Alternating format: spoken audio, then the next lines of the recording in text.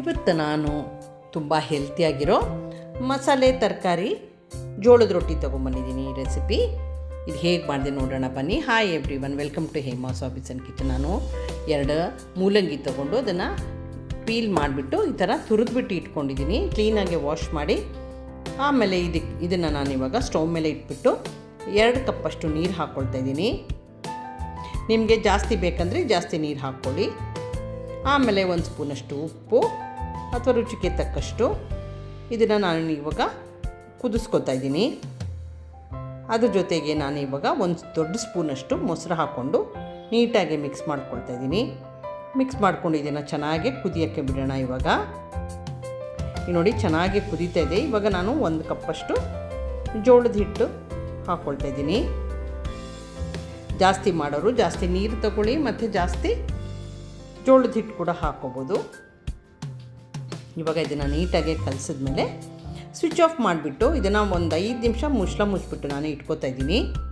ನೀವು ಈ ಥರ ಟ್ರೈ ಮಾಡಿ ನೋಡಿ. ಬೇಸಿಗೆಗಂತೂ ತುಂಬ ತಂಪಾಗಿರುತ್ತೆ, ತುಂಬ ಚೆನ್ನಾಗೂ ಇರುತ್ತೆ. ಬ್ರೇಕ್ಫಾಸ್ಟ್ಗೆ, ಲಂಚ್ಗೆ, ಡಿನ್ನರ್ಗೆ ಯಾವಾಗ ಬೇಕಾದ್ರೂ ಹೆಲ್ತಿ ರೊಟ್ಟಿ ಮಾಡ್ಕೋಬೋದು.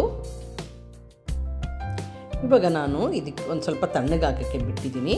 ಆಮೇಲೆ 1 ಸ್ಪೂನಷ್ಟು ತುರಿದಿರೋ ಶುಂಠಿ, ಕೊತ್ತಂಬರಿ ಸೊಪ್ಪು, ಆಮೇಲೆ ಸಬ್ಸಿಗೆ ಸೊಪ್ಪು, ಆಮೇಲೆ 2 ಸ್ಪೂನಷ್ಟು ಕಡಲೆ ಬೀಜನ ನಾನು ಹುರಿದು ಪುಡಿ ಮಾಡಿಟ್ಕೊಂಡಿದ್ದೆ. ಅದು ಚಿಲ್ಲಿ ಫ್ಲೇಕ್ಸ್, ಡೆಸಿಕೇಟೆಡ್ ಕೋಕೋನಟ್, ಇಲ್ಲನೇ ನೀವು ತುರಿದಿರೋ ತೆಂಗಿನ ಕೂಡ ಹಾಕ್ಕೋಬೋದು.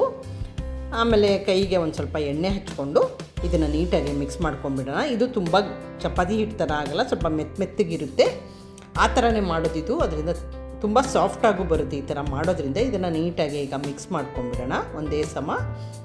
ಒಂದೇ ಹದಕ್ಕೆ ಮಿಕ್ಸ್ ಮಾಡಿಕೊಂಡು ಇದನ್ನು ಇವಾಗ ನಾನು ಕಾವಲಿನ ಕಾಯಕ್ಕೆ ಇಟ್ಕೊಂಡಿದ್ದೀನಿ. ಅಷ್ಟರಲ್ಲಿ ನಾವು ಕಾವಲಿ ಕಾಯೋಷ್ಟರಲ್ಲಿ ಒಂದು ಶೀಟ್ ತೊಗೊಂಡು, ಸಿಲಿಕಾನ್ ಶೀಟ್ ಬರುತ್ತೆ, ಅದು ಬೆಸ್ಟ್. ಅದಕ್ಕೆ ಒಂದು ಸ್ವಲ್ಪ ಎಣ್ಣೆ ಹಾಕ್ಕೊಂಡು ಈ ಥರ ಒಂದು ಸ್ವಲ್ಪ ಕೈಯಿಂದನೇ ತಟ್ಕೋತಾ ಇದ್ದೀನಿ. ಒಂದು ಸ್ವಲ್ಪ ಎಣ್ಣೆ ಹಾಕ್ಕೊಂಡು ಕೈನಲ್ಲೇ ತಟ್ಕೋಬೇಕು. ಈ ಥರ ರೆಸಿಪಿ ಯಾರಿಗೆಲ್ಲ ಇಷ್ಟ ಕಾಮೆಂಟ್ ಮಾಡಿ ಹೇಳಿ. ನಾನು ಇದೇ ಥರ ನೀವು ಲೈಕ್ ಮಾಡಿ ಸಪೋರ್ಟ್ ಮಾಡಿ. ಒಳ್ಳೊಳ್ಳೆ ರೆಸಿಪಿ ಮುಂದೆನೂ ತೊಗೊಂಬರ್ತೀನಿ. ಈ ಥರ ಹೆಲ್ತಿ ರೆಸಿಪಿ, ಇದು ನನ್ನದು ಸ್ವಂತ ರೆಸಿಪಿ. ಇದನ್ನು ನೀಟಾಗಿ ಇವಾಗ ತಟ್ಕೊಂಡ್ಬಿಟ್ಟು ಒಂದು ಸ್ವಲ್ಪ ಮಧ್ಯದಲ್ಲಿ ಹೋಲ್ ಮಾಡ್ಕೋತಾ ಬೇಯಬೇಕು. ಎಣ್ಣೆ ಹಾಕ್ತೀವಲ್ಲ ಆವಾಗ. ಇವಾಗ ಕಾವಲಿ ಅಷ್ಟೊತ್ತಿಗೆ ಕಾದಿದೆ. ಬಿಸಿಯಾಗಿರೋ ಕಾವಲಿ ಮೇಲೆ ಈ ಥರನೇ ಶೀಟ್ ಹಾಕ್ಕೊಂಡು ಸ್ವಲ್ಪ ಪ್ರೆಸ್ ಮಾಡಿಕೊಂಡ್ರೆ ನೀಟಾಗಿ ಬಂದ್ಬಿಡುತ್ತದೆ. ನೋಡ್ತಾ ಇದ್ದೀರಲ್ಲ,